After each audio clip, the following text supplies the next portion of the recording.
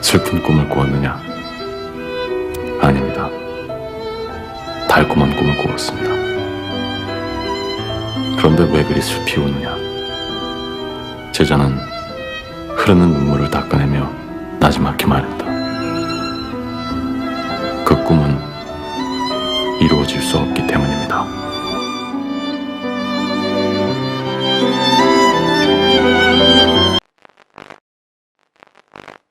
화양연화 파트 2에서 방탄은 다시 청춘처럼 달리고 싶다고 노래했습니다. 그렇지만 결국 그들은 사라지고 말았습니다.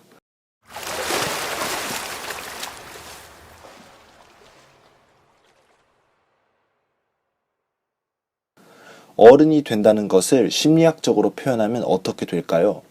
그것은 바로 청춘의 감정을 무의식 속에 억압해서 청춘이 느끼는 감정을 느끼지 못하게 하는 것입니다. Young Forever라는 제목에서 알 수 있듯이 이번 프롤로그는 그런 억압된 어른의 상태에서 다시 청춘으로 돌아가 꿈과 희망을 갖고 살아가게 된다는 내용을 담고 있습니다. 미로는 무의식을 나타내는 대표적인 상징입니다. 무의식을 이야기하는 영화인 인셉션의 로고가 이렇게 미로로 되어 있는 것도 미로가 무의식을 나타내기 때문입니다. 철조망으로 되어 있는 벽이 감금의 이미지를 더 강화시켜주고 앙상하게 뼈대만 남아있는 이 벽이 무미건조한 느낌을 더 강하게 만들어줍니다. 이런 미로에 갇혀있는 멤버들의 모습은 무의식에 억압되어 있는 청춘의 감정을 나타내는 것입니다. 그렇기에 자세히 보면 이 미로에 갇혀있는 청춘의 감정들이 이전 뮤비에서 보여줬던 여러가지 특징을 그대로 간직하고 있는 것을 알 수 있습니다. 아픔을 나타내던 제이호브 옆에는 여전히 약이 있고 슬픔을 나타내던 지민은 여전히 젖어 있습니다. 그리고 윤기는 이전 편에서 역시 라이터를 들고 무언가 태우는 모습을 보여주는데요. 이전에는 윤기가 제가 사랑이라고 이야기했는데 지금 와서 다시 보니 윤기는 분노의 감정이라고 말하는 게 더 맞는 것 같습니다.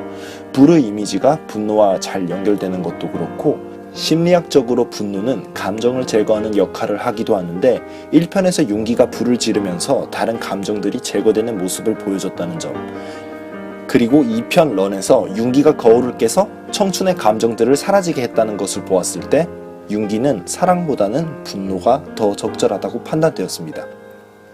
하여튼 다시 영 포레버로 돌아가서 이렇게 방탄 멤버들이 미로에 갇힌 상황은 청춘의 감정을 억압한 상태, 다시 말해 어른이 된 본체 지인의 현재 심리를 표현한 것입니다. 이런 그들에게 깃털이 어디선가 날아옵니다. 이렇게 깃털이 날리는 것은 청춘의 상태를 표현하는 것이고 깃털이 가라앉아 있는 모습은 청춘이 끝난 상태를 표현하는 것이라고 이전에 이야기한 적이 있습니다. 그렇다면 이런 바람과 함께 깃털이 날리는 장면은 청춘의 바람이 부는 상황이라고 볼 수 있지 않을까요? 그래서일까요? 날리는 깃털을 바라보던 청춘의 감정들이 이제 미로로부터 탈출을 시도합니다. 눈여겨서 볼 만한 점은 뷔가 맨 마지막에 나간다는 점입니다. 앞서 모든 뮤직비디오에서 뷔는 본체가 청춘과 어른을 넘나들게 하는 역할을 했습니다. I Need You에서 이렇게 어른을 죽임으로써 스스로 어른이 되었고, 버터플라이에서 어른을 상징하는 큰 물, 즉 바다로 뛰어드는 역할을, 런에서는 어른을 상징하는 공허의 공간과 청춘을 상징하는 물속을 왔다 갔다 하는 역할을 각각 했습니다. 심리학적인 관점에서 어른이 된다는 것은 청춘의 감정을 억압하는 것이라고 이야기했습니다. 이제 이런 억압된 감정들이 다시 무의식을 상징하는 미로 밖으로 나왔으니 어른에서 다시 청춘으로 돌아간 것이라고 볼 수 있습니다.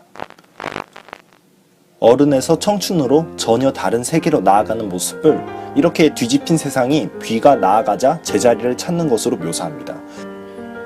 그들 앞에 있는 공간은 포레버가 적혀있는 활주로입니다. 이제 다시 뛰고 싶다고 이야기하던 그들에게 원 없이 달릴 기회가 주어진 것입니다. 활주로를 달리는 그들 위로 꿈과 희망을 상징하는 비행기가 지나갑니다. 함께하면 행복할 수 있다던 그들, 이제 영원히 함께 달릴 수 있게 된 것입니다.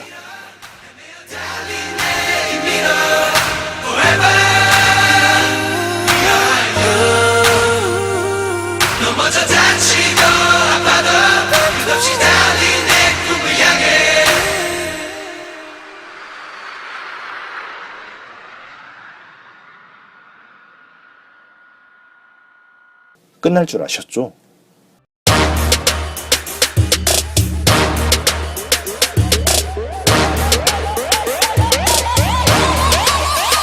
용서해줄게. 용서해줄게.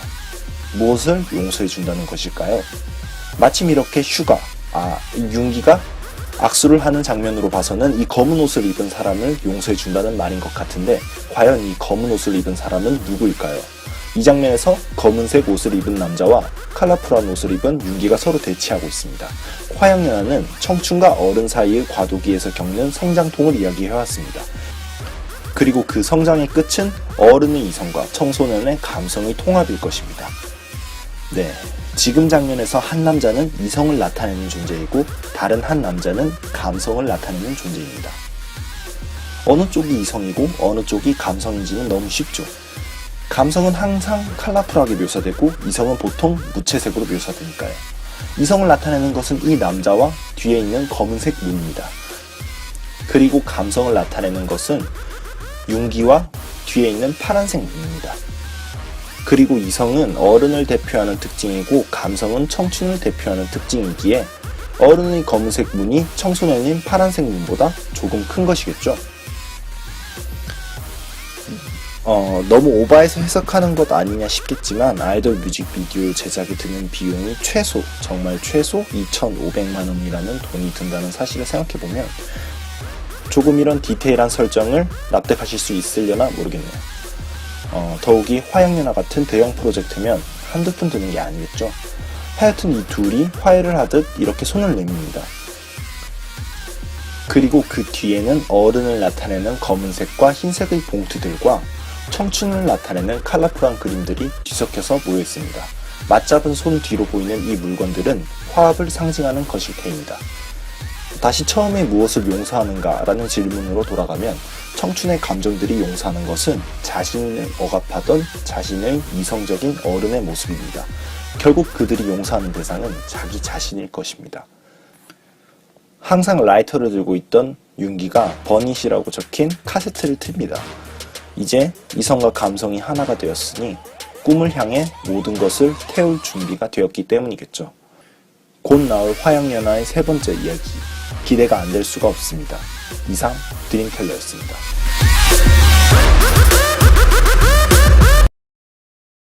용서해줄게.